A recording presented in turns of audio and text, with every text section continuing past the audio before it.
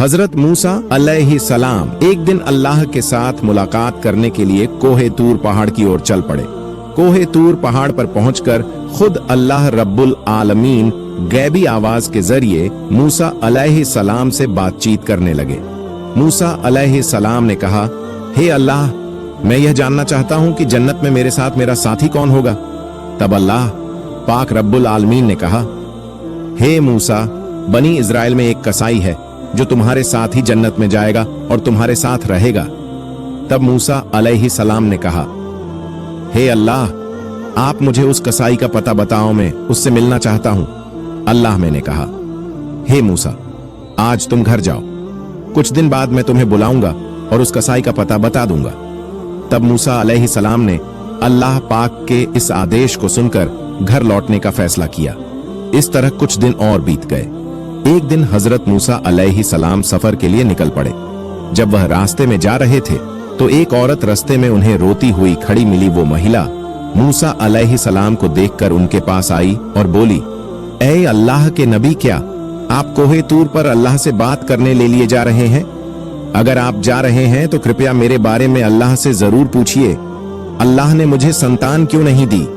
मेरी शादी को कई साल हो गए हैं, फिर भी मैं अब तक मां नहीं बन पाई। अल्लाह से पूछिए कि क्या मैं कभी मां बन सकूंगी या फिर मेरी कोई गलती के कारण अल्लाह ताला मुझे संतान नहीं दे रहे हैं। मूसा अलैहिस्सलाम ने कहा, ठीक है, मैं अल्लाह पाक रब्बुल आलमीन से जरूर पूछूंगा। फिर महिला वहां से चली गई। अब मूसा अलैहिस्सलाम महिला का सवाल सुनकर थोड़े चौंक गए, इसलिए उन्होंने किसी और जगह यात्रा करने का इरादा नहीं किया।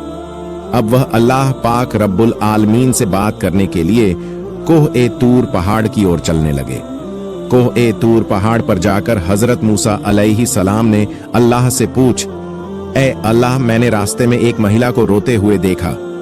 उसने मुझसे पूछा कि मेरी शादी को कई साल हो गए, फिर भी मुझे अब तक संतान क्यों नहीं मिली। तब अल्लाह पाक रब्बुल आलमीन ने गहैब से आवाज में कहा, हे मूसा, तुम उसे बता दो कि उस महिला की किस्मत में संतान होना नहीं है, इसीलिए वह इतने सालों बाद भी मां नहीं बन सकी। बेटा या बेटी अल्लाह के द्वारा ही दी जाती है और जो अल्लाह ताला देता है वही मिलता है।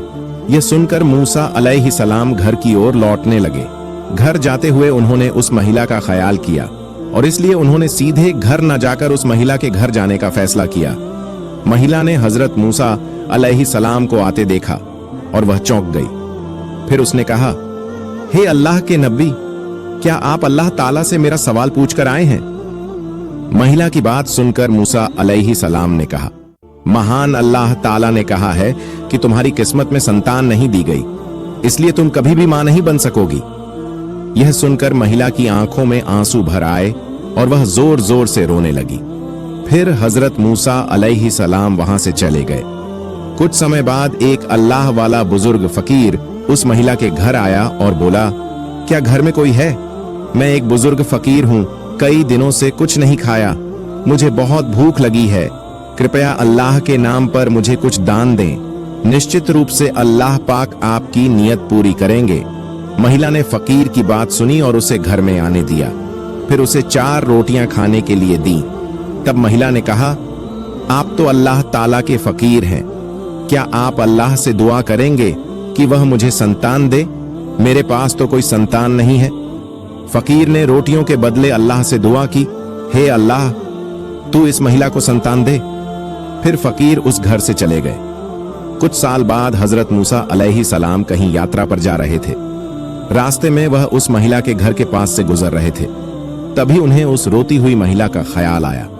उन्होंने महिला के घर की ओर रुख किया और देखा कि वहां महिला एक छोटे से बच्चे के साथ खुश होकर खेल रही थी। महिला हजरत मूसा अलैहिस्सलाम को देखकर बाहर आई और बोली, हे अल्लाह के नबी मूसा, आपने तो कहा था कि मेरी किस्मत में संतान नहीं है, लेकिन अल्लाह ने मुझे तो एक बच्चा दिया है। यह सुनकर हजरत मूसा अलैहिस्सलाम हैरान हो गए और इसका कारण जानने के लिए वह कोहे तूर पहाड़ की ओर रुखसत हो गए। तूर पहाड़ पर जाकर उन्होंने अल्लाह से पूछा, हे अल्लाह, आपने तो कहा था कि उस महिला की किस्मत में संतान नहीं है, लेकिन आज मैंने देखा कि वह खुशी से एक बच्चे के साथ खेल रही है, इसका कारण क्या है? महान अल्लाह ने गैबी आवाज में कहा, हे मूसा, तुम इस सवाल का जवाब जानना चाहते हो तो एक थाली में इंसान का मांस लेकर आओ, फिर तुम्हें इसका जवाब दिया जाएगा। ये सुनकर अल्लाह के नबी हजरत मूसा अलैहिस्सलाम एक थाली और छुरी लेकर लोगों के पास गए। उन्होंने कहा, है मेरी कौम के लोग, महान अल्लाह ने मुझे इंसान के मांस को लेकर आने का कहा है। क्या तुम में से कोई ऐसा है जो अपने शरीर का मांस देगा? कोई भी राजी नहीं हुआ। सभी एक एक करके वहां से चले गए। हजरत मूसा अलैहिस्सलाम चिंतित होकर इधर उधर घूमने लगे। जब उन्हें कोई समाधान नहीं मिला तो वह घर की ओर लौटने लगे। अचानक एक बुजुर्ग फकीर ने उन्हें पीछे से आवाज दी, हे अल्लाह के नबी मूसा, तुम्हें इतना चिंतित क्यों दिख रहे हो? हजरत मूसा अलैहिस्सलाम ने कहा, महान अल्लाह ने मुझे इंसान के मांस को लेकर जाने का आदेश दिया है, लेकिन कोई भी अपने मांस को देने के लिए तैयार नहीं हुआ। सभी ने मुंह फेर लिया और चले गए।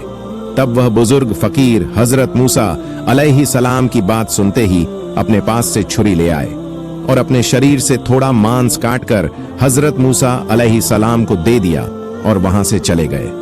ये देखकर हजरत मूसा अलैहिस्सलाम थोड़े हैरान हो गए।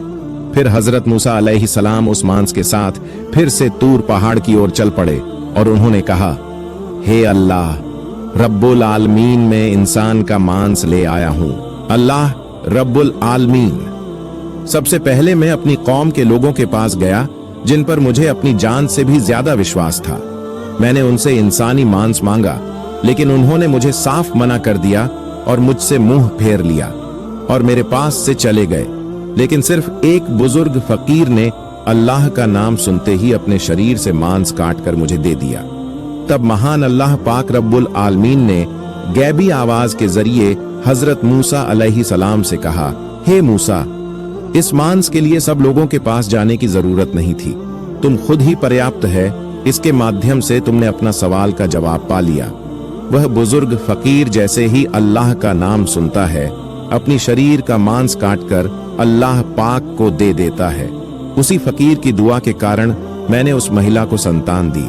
हे मूसा, जो व्यक्ति अल्लाह की राह में सब कुछ अर्पित कर देता है, जो कुछ भी है उसे दान कर देता है, अल्लाह ताला उसे सब कुछ दे देता है, या तक कि लिखी हुई तकदीर भी बदल देता है।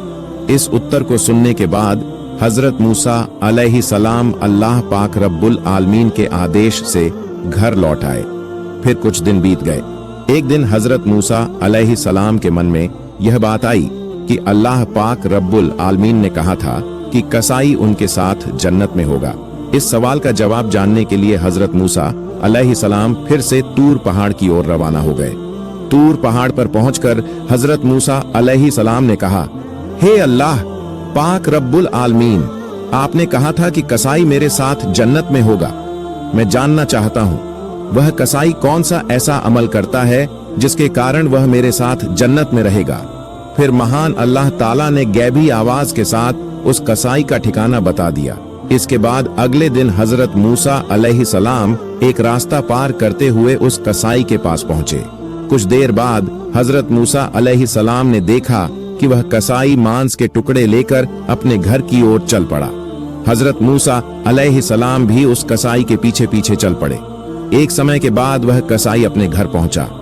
हजरत मूसा अलैहिस्सलाम दूर से उस घर को देख रहे थे, लेकिन उस दिन के लिए वह वहीं से लौट गए। हजरत मूसा अलैहिस्सलाम फिर से उस कसाई के घर गए और बोले, क्या घर में कोई है? मैं एक मुसाफिर हूं। लेकिन घर से कोई जवाब नहीं आया। तब हजरत मूसा अलैहिस्सलाम ने सोचा कि शायद सच में घर में कोई नहीं है।